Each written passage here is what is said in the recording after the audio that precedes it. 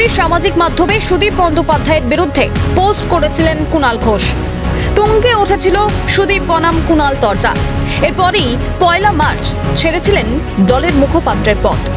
তৃণমূলের অন্দরে সুদীপ বন্দ্যোপাধ্যায় এবং কুণাল ঘোষ সম্পূর্ণ বিপরীত মেরুতে অবস্থান করেন বলেই মত রাজনৈতিক মহলের একাংশের। সেজন্যই কি বিরোধী দলের প্রার্থী তাপস রায়ের প্রশংসায় পঞ্চমুখ কুণাল ঘোষ?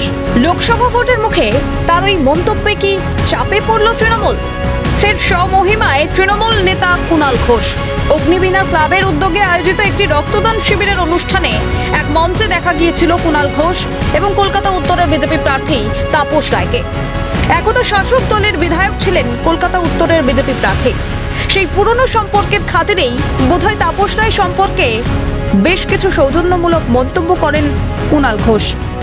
সংবাদ মাধ্যমের মুখোমুখি হয়ে কুণাল বলেন, রক্তদান অনুষ্ঠানের মধ্যে রাজনীতির কি আছে? এখানে আমাদের একজন প্রার্থী আছে, আমরা তার হয়ে কাজ করব। ফলে সব জায়গায় রাজনীতি খুঁজতে গেলে মুশকিল। আমি যেমন অন্যদিকে বেরিয়ে যাচ্ছিলাম, এখানকার একজন উদ্যোক্তা আমাদের বিশেষ পরিচিত, তিনি বললেন বেরিয়ে একবার এখানে ঘুরে যেতেই হবে। এবার আমি এসে দেখছি সেখানে অন্য দলের লোকজন আছেন। একটা ক্লাবের অনুষ্ঠান, রক্তদান অনুষ্ঠান, এর মধ্যে রাজনীতি কি? আমি আমার দল করি সর্বভারতীয় তৃণমূল কংগ্রেস, আমাদের প্রার্থী একজন আছেন, আমরা তার হয়ে কাজ করি। তবে তার ওই মন্তব্য ভালোভাবে নেয়নি ঘাসফুল শিবিরের নেতৃত্ব। তড়িঘড়ি তাকে দলের রাজ্য সাধারণ সম্পাদকের পদ থেকে সরিয়ে দেওয়া হয়। এখানেই প্রশ্ন উঠছে যে শুধুমাত্র ওই মন্তব্যের জন্যই কি তাকে দলের রাজ্য সাধারণ সম্পাদকের পদ থেকে সরানো হলো, নাকি এর আগে একাধিকবার বেফাঁস মন্তব্য করে বিতর্কে জড়িয়েছিলেন কুণাল ঘোষ? অতীতে জেলবন্দি থাকার সময় তিনি বারংবার বলেছিলেন সারদার সব থেকে বেশি সুবিধাভোগীর নাম মমতা বন্দ্যোপাধ্যায়। সারদা মিডিয়ার প্রত্যক্ষ এবং পরোক্ষ সুবিধা যদি সবথেকে বেশি কারোর কাছে পৌঁছে থাকে তাহলে তার নাম মমতা বন্দ্যোপাধ্যায়।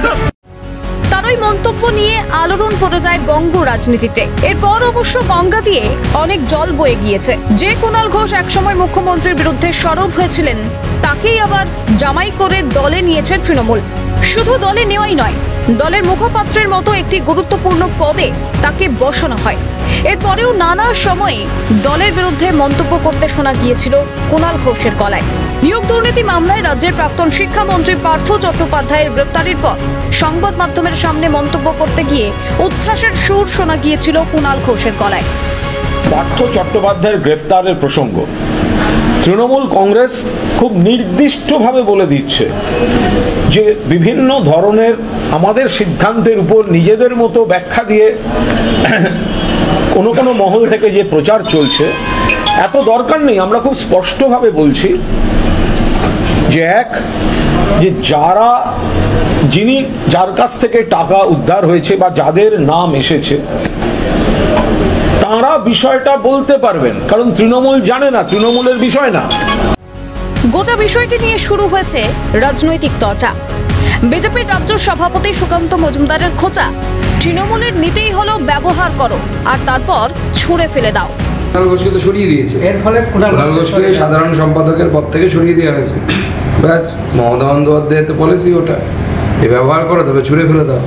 কাজের বেলায় কাজী, কাজ ফুরলেই পাজি, কাজ ফুরিয়ে গেছে, এবার কুণাল ঘোষ পাজি। দুজনেই তৃণমূল করতেন, তাই তারা কথা বলতেই পারেন, মত বিজেপি সাংসদ শ্রমিক ভট্টাচার্যের। দুজনই এক দলে ছিলেন, তারা দুজনের মধ্যে কথা বলেছেন, এরকম কত কথাই তো হয়। আমি যদি এখন বলি যে ইন্দ্রনীল সেনের গান আমার খুব ভালো লাগে, বা প্রাক্তন নাটক লেখা বা নাটক দেখাটা আমার একটা হ্যাবিট, তাহলে কি আমার দল আমাকে এক্ষুনি বহিষ্কার করে দেবে? দমদমের সিপিএম প্রার্থী সুজন চক্রবর্তীর কটাক্ষ, যত বেশি অপরাধী তত বেশি তৃণমূল।